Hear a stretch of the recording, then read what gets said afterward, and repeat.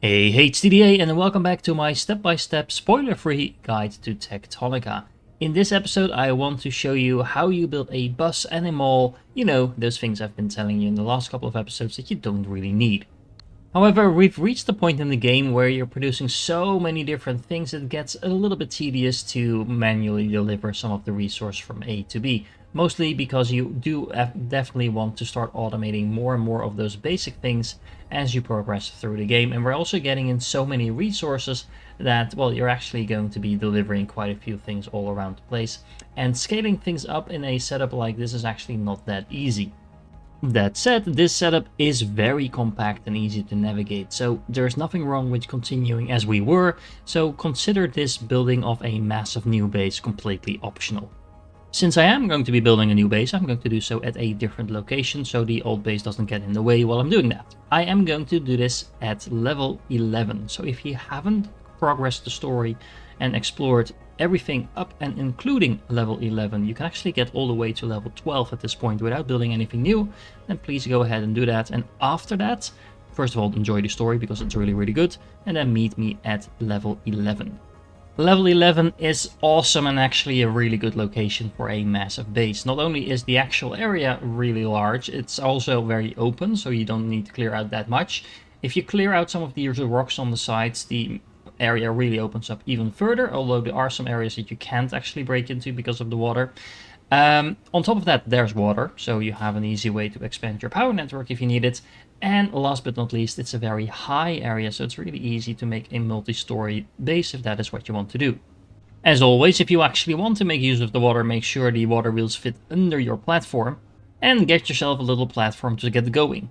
My new base is going to heavily rely on blast mining, which I set up in the previous episode, so check that out if you missed it.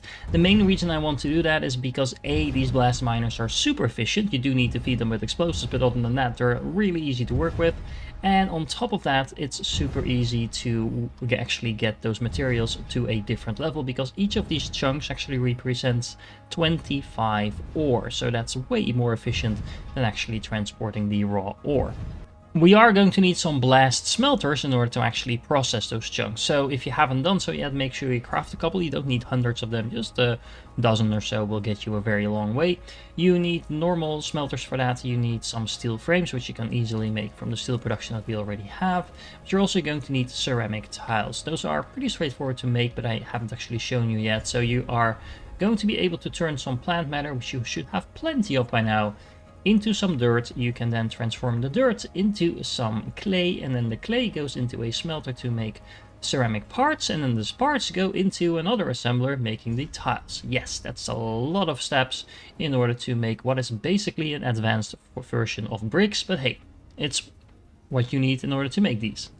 Now, when setting up a bus and mall system, you might be inclined to do something like this, all belts next to each other, but that actually makes it really hard to get stuff off these belts.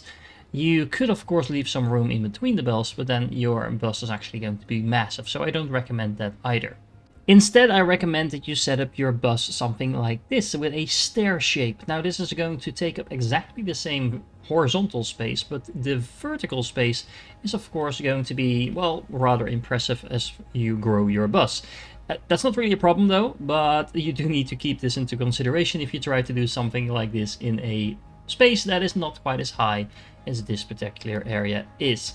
This is actually going to allow you to either very lazily connect things up to your bus, or you can actually make it look really good, like I will show you in a second.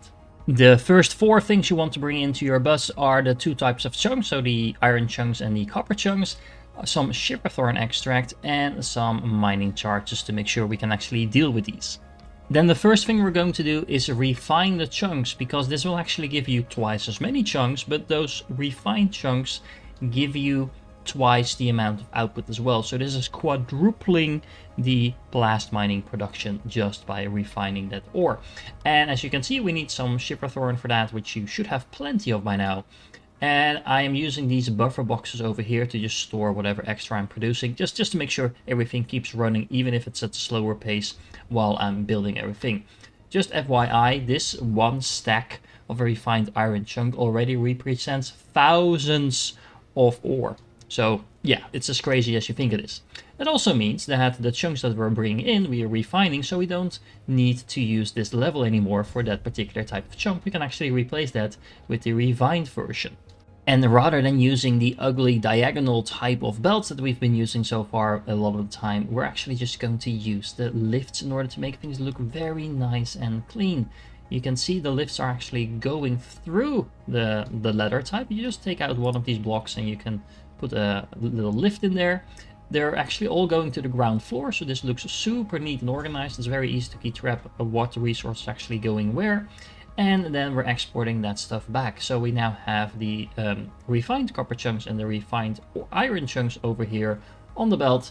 And now we're ready to do some blast mining. And we're going to do that by throwing these refined chunks into a blast smelter along with some explosives. And once again, we are using the long inserter to get the explosives here, just so you ration those a little bit, so you're not wasting them, even though they're pretty much free to produce at this point if you followed my guide in the previous episode. And, well, out come a huge amount of slabs in both the iron version as well as the copper version. It should only take you a few moments to produce 50 of each, and then you can go with upgrade terminal X-ray to level 4.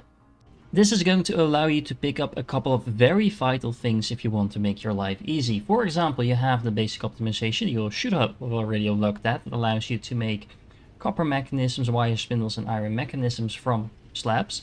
But you also now have access to the production optimization, which allows you to make even more advanced materials from slabs only. That just makes things so much easier than doing it any other way. We also unlock the ability to put our slabs into a thresher and make normal ingots out of that, which means we can actually convert all our miners, at least the copper and iron ones, into blast miners if we would want to, because we can just scale up the blast production and thereby get all the ingots we need for the base production as well. With those ingots, along with some plant matter frames that we can bring in from our previous production facilities, we have all the things we need in order to start up some serious base production. However, you will note that our little bus over here is actually getting pretty high already, and we're also quickly covering a lot of distance in terms of the room we have available. So that brings us to a whole new level of our factory. Which of course I mean literally, because we can just simply put a second level on top of our buildings and continue from there. This then very easily allows us to build the base materials on the second level without us running out of space as a result of just expanding our little mall over here. Now, as you can see, I'm also making this look as clean as I can. So I'm actually leaving a single story on my bus empty, so I have space to get the base level materials through, similar to what we're doing on the ground floor, and this will also allow us to export them back into the bus without those funky looking diagonal belts or anything like that. Oh, and in case you're wondering, I'm using the Mark 1 assemblers mostly because I ran out of the Mark 2. I'm going to fix that in a moment, but we're going to need some materials in order to do that. So after adding in the copper wire, the copper frames, and the copper components, and we already had the plant matter frames delivered into our facility straight away, all we need to do is add in some iron frame, iron components, as well as steel production on the same floor, because all of that is made from the materials that we have already on the ground floor.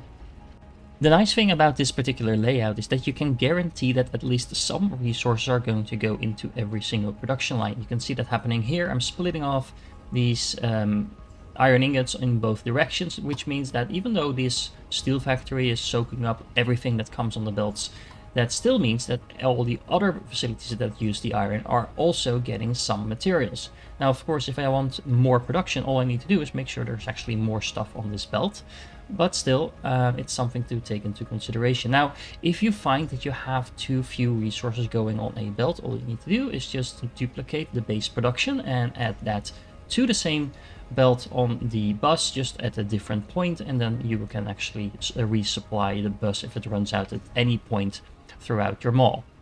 And depending on how crazy you want to get, you can just keep going. This is my third floor now, where I've added in the more complicated stuff like cooling systems and processor units, things like that. Also things that kind of tie together, so it's more or less, well, convenient to have things at roughly the same level. Which is not entirely trivial, considering the bus is reaching quite impressive heights.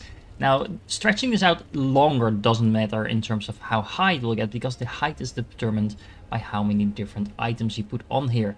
Now, I do keep one area empty every 4 or so levels, mostly because that is exactly the height of a single floor if you just place it on top of the next assembler.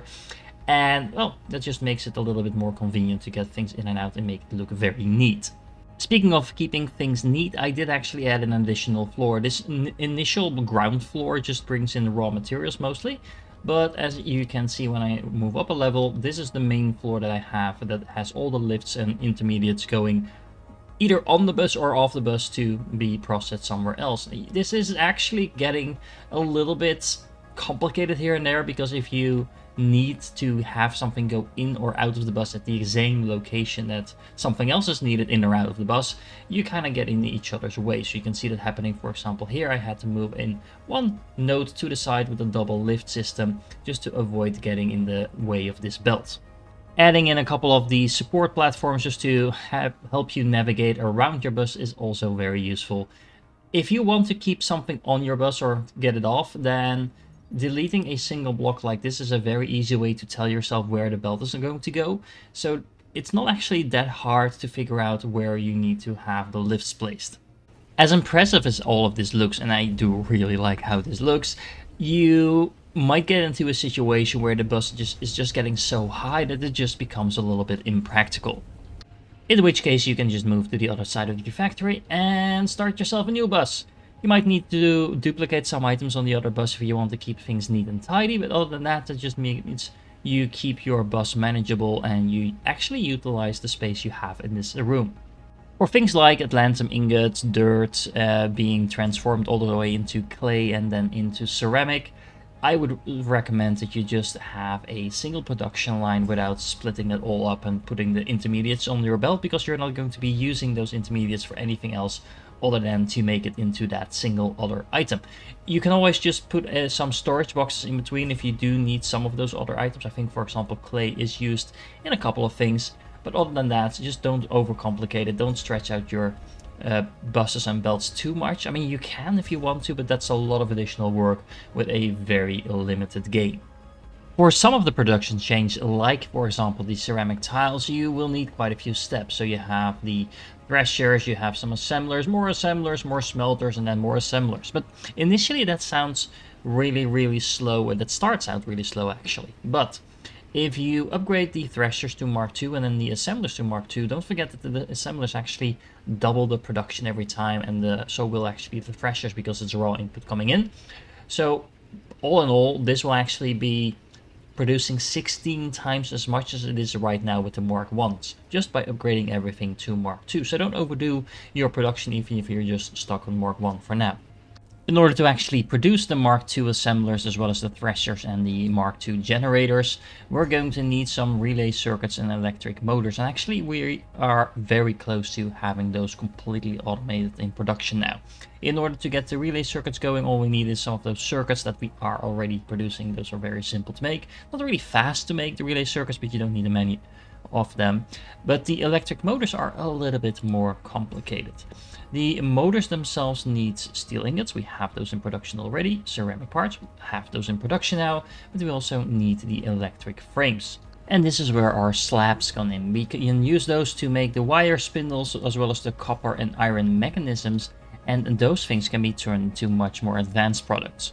Specifically, what we're going to need are the electrical frames, because those are required to make the electric motors. And if you make the electrical frames, you can just use some basic frames as well as the wires that we're now making, the wire spindles I should say.